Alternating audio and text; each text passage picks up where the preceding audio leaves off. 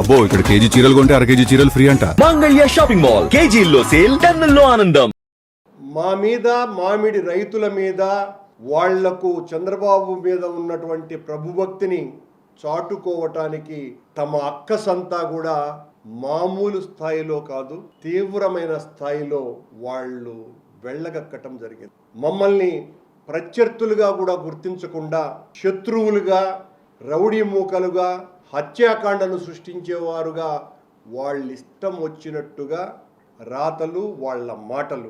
ఈ రోజున ఆంధ్రజ్యోతి పత్రికలో బంగారు పాళ్యంలో దండుపాళ్యం అని ఒక వార్త రాసి, మేమంతా అక్కడ జగన్మోహన్ రెడ్డి గారి నేతృత్వంలో అరాచకాన్ని, దౌర్జన్యాలని చేశామని ఒక విధ్వంసకారులుగా మమ్మల్ని చిత్రీకరించడానికి పూర్తి అబద్ధపు వార్తని, జనాలే లేరని చెప్తారు, వాళ్లే ఫోటోలు వేసినారు. ఆశ్చర్యంగా జనం లేక వెలవెలపోయినా అనే వార్త వాళ్ళదే. తోసుకు వచ్చినటువంటి జనం ఎలిప్యాడ్ దగ్గరికి 3,000 మంది అని రాసింది వాళ్లే. 2 వార్తలు దీంట్లోనే ఉన్నాయి. అక్కడికి వచ్చింది రైతులే కాదు, వచ్చిన వాళ్ళు ఎవరో రైతుది మామిడికాయలు రోడ్లో వేసేసినారు.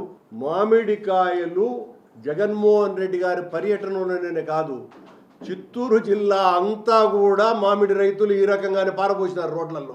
ఎందుకు పారబోసినారు? ఎవరైనా ఆ కాయలను అమ్ముకుంటే డబ్బులు వస్తాయి, డబ్బులు వచ్చేటువంటి కాయలను అమ్ముకుంటారండి. ఆ కాయలకు ఈ ప్రభుత్వం విలువ లేకుండా చేసేసింది కనుక రైతులు రోడ్ల మీద పారేసుకుంటున్నారు. రైతులకు గిట్టుబాటు ధర కల్పించటంలో ఈ ప్రభుత్వం విఫలమైంది కనుక ఆ రైతులు కాయల్ని రోడ్డులో వేశారు. దాని మీద ఎంత పెద్ద స్టోరీ. మేమే ఏదో బలవంతంగా ఎవరో ఒక తెలుగుదేశం మరి ఏదో నా పేరు రాశారు, శ్రీనివాసులు నాయుడు ఏదో పేరు, ఆయన ఆ రైతుది కూడా దొర్లించేసినామని రాసినారు. అలాగే రైతులు కానటువంటి వాళ్లతో ఒక 5-6 మందితో జగన్మోహన్ రెడ్డి ఎందుకు వచ్చినాడో మాకు అర్థమే కాలేదు అని కూడా రాయించినారు. ఇలా మీకు మా మీద వ్యతిరేకత ఉండొచ్చునో, అది తప్పు కాదు, మేము అధికారంలోకి రాకుండా చేయటానికి ప్రయత్నం చేయొచ్చు, కానీ మమ్మల్ని ఇంత దారుణంగా, ఘోరాతి ఘోరంగా మీరు ఎంత చిత్రీకరిస్తే జగన్మోహన్ రెడ్డి గారు అంత పైకి లేస్తున్నాడు.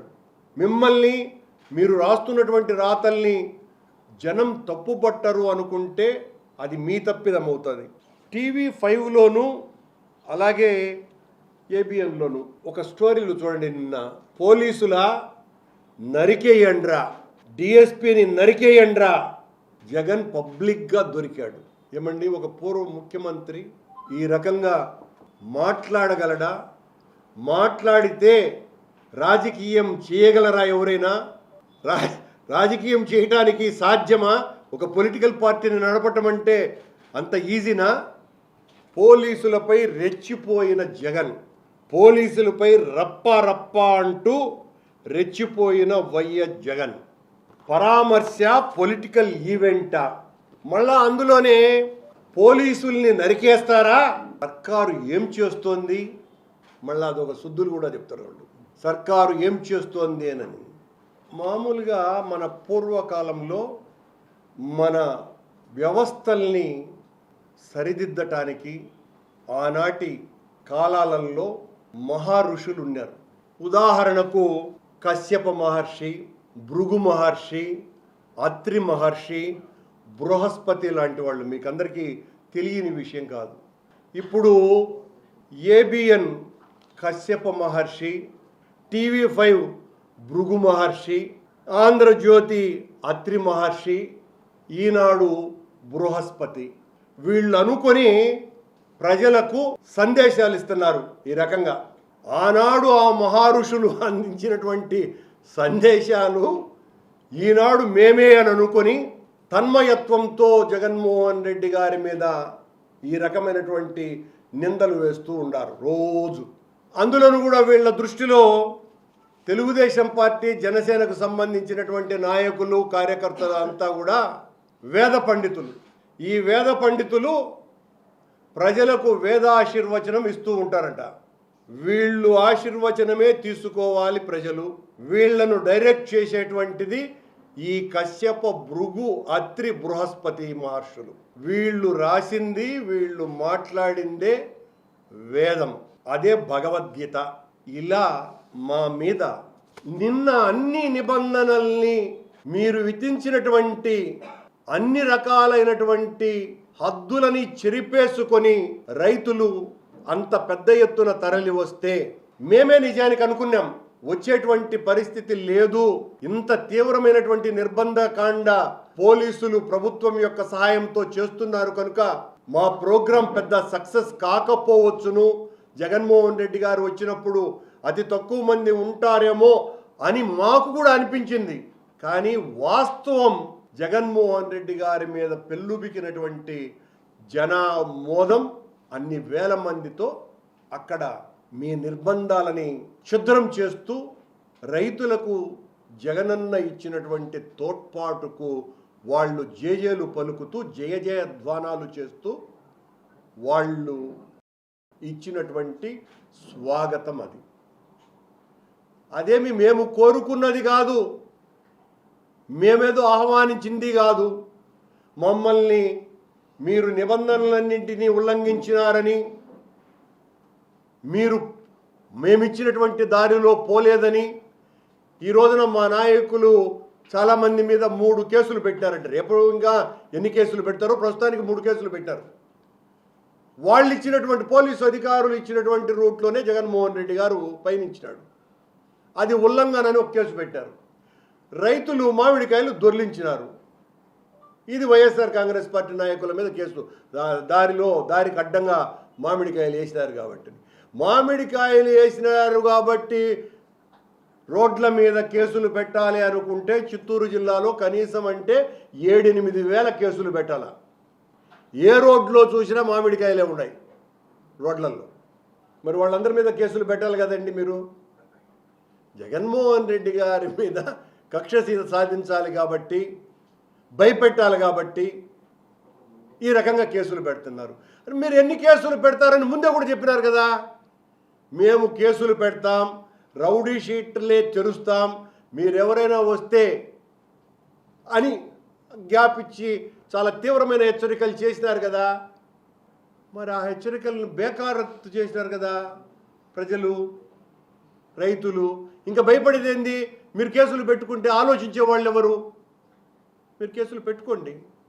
మీరు పెట్టరు అన్నటువంటి అపనమ్మకం ఏమీ మాకు లేదు. మీరు ఖచ్చితంగా కేసులు పెడతారు. ఎందువల్లంటే పైనుంచి మీకున్నటువంటి ఒత్తిడి వలన ఆ కేసులు పెట్టక తప్పదు. కాకపోతే నిన్న జరిగిన సంఘటనలో 307 అంతకంటే కొంచెం తక్కువ ఎక్కువ కేసులు బనాయించడానికి వీలు లేదే అన్నటువంటి బాధ పాపం తెలుగుదేశం అధిష్టానంలో చాలా ఎక్కువ ఉందని కూడా మాకు వచ్చినటువంటి ఇన్ఫర్మేషన్. ఏంది బా ఏదే చిన్న కేసులు పెట్టుకుంటే ఎట్టా, మంచి బలమైనటువంటి కేసులు పెట్టాలి కదా అనేటువంటి ఆలోచన చేసినా కూడా అంత వీలుగా లేకుండా పోయింది.